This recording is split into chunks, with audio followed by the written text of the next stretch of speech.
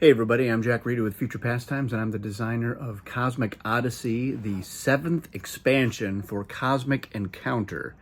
And in this video, I'm going to be talking about quarter moons, which are part of one of the variants from that expansion, the quarter moon. So moons is a variant that finally shows up for the Fantasy Flight Edition in Cosmic Odyssey.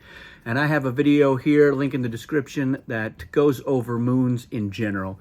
But I'm going to be specifically addressing how the half moons work, what their effects are, and I'm going to go through all of the cards that explain the effects on those half moons. So each of the different moon types behaves a little bit differently with the moon implementation. So moons originally came out in the Eon edition, and there were a variety of different moons with different effects. Some of them had a continuous effect. Some of them had only happened when you occupied it.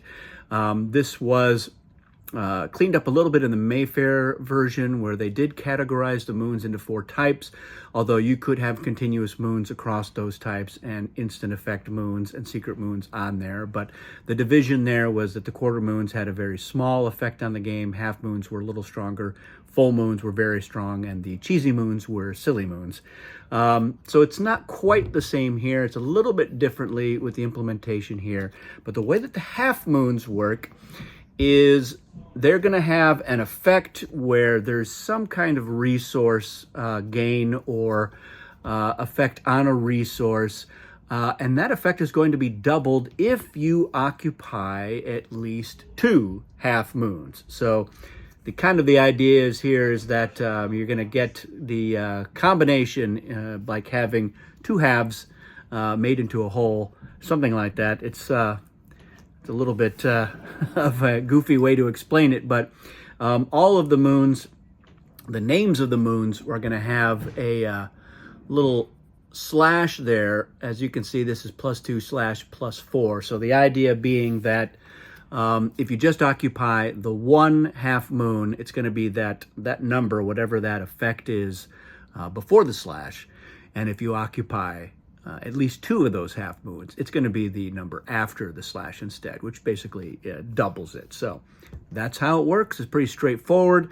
So let's take a look at the different moons. So there are 8 half moons in there that have the half moon art there on the back.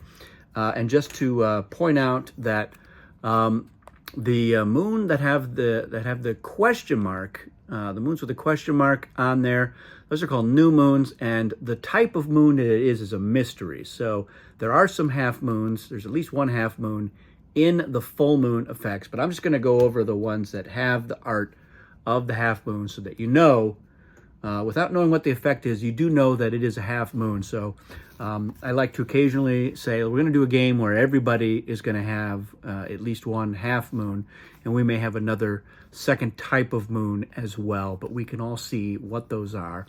And I like that modular component to the moon variant. So let's take a look. Our first one is called Failed Deal, and it's -1, -2. So that's half moon number 1. And the way this works is when you fail to make a deal, you're going to lose 1 fewer ship. So normally you would lose 3 ships, and there are other effects like the Crooked Deal Negotiate that can change that number. So that's why it doesn't say things like, only lose 2 or something like that. So those do stack up. But you're going to lose 1 fewer ship, and if you occupy at least 2 half moons, you will lose 2 fewer ships instead. So that could be fun, especially if you're a dealing alien or you have the capability to get into a lot of deals. You have less risk, and you can maybe squeeze more out of those deals, since you can say, well, I'm only losing 2 ships, or I'm only losing 1 ship, whereas you still are losing 3. So that could be bad news for you. The next one is called Reinforce +2/+4. So this is moon number 2, and you're going to add 2 to each reinforcement that you play. And if you occupy at least 2 half moons, you're going to add 4. So that can be very explosive. It is going to be dependent on you having reinforcements. And I had a game recently where I was on that moon, and I just kept talking up about how I had a lot of reinforcements.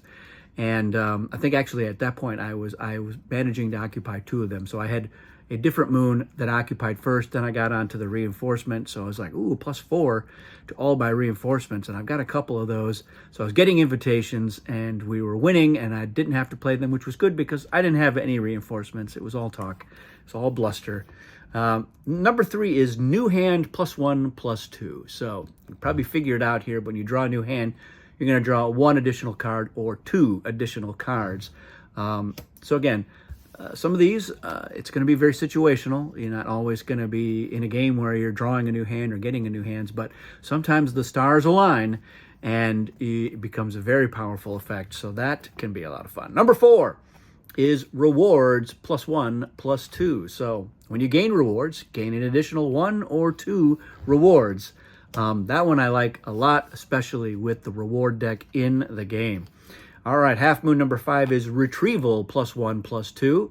And that is during your regroup, you're going to retrieve 1 or 2 additional ships. So that is a really nice one to occupy, especially if you are committing ships quite recklessly. And it really frees you up to do that, especially as your turn is coming up. You can commit as an ally.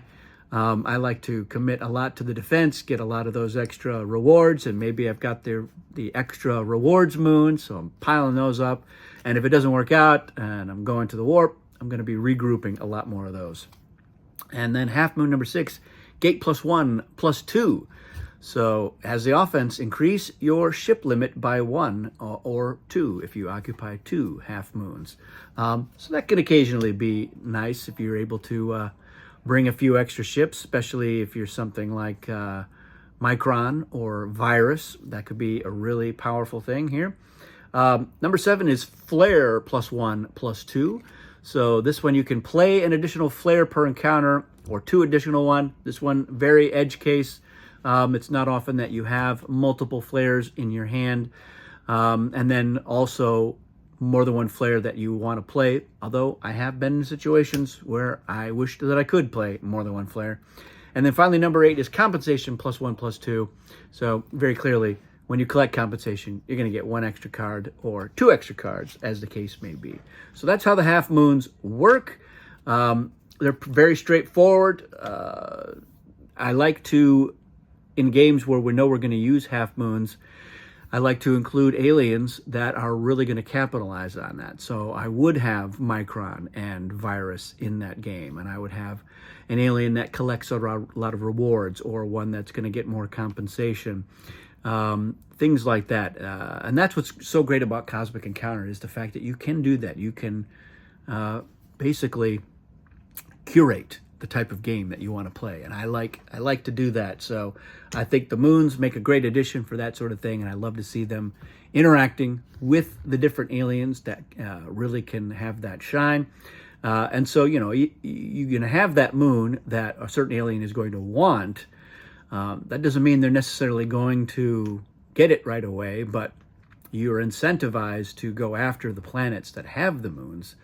And that can be a lot of fun as well. I like that it ups the ante there. So let me know in the comments, what do you think of half moons? And again, if you have had a chance to play with the moons, let me know what you think of moons, especially half moons, and any interesting stories or interactions that happened with those moons. I'd love to hear about it. That's it for this video. Thanks everybody for watching. We'll see you again soon.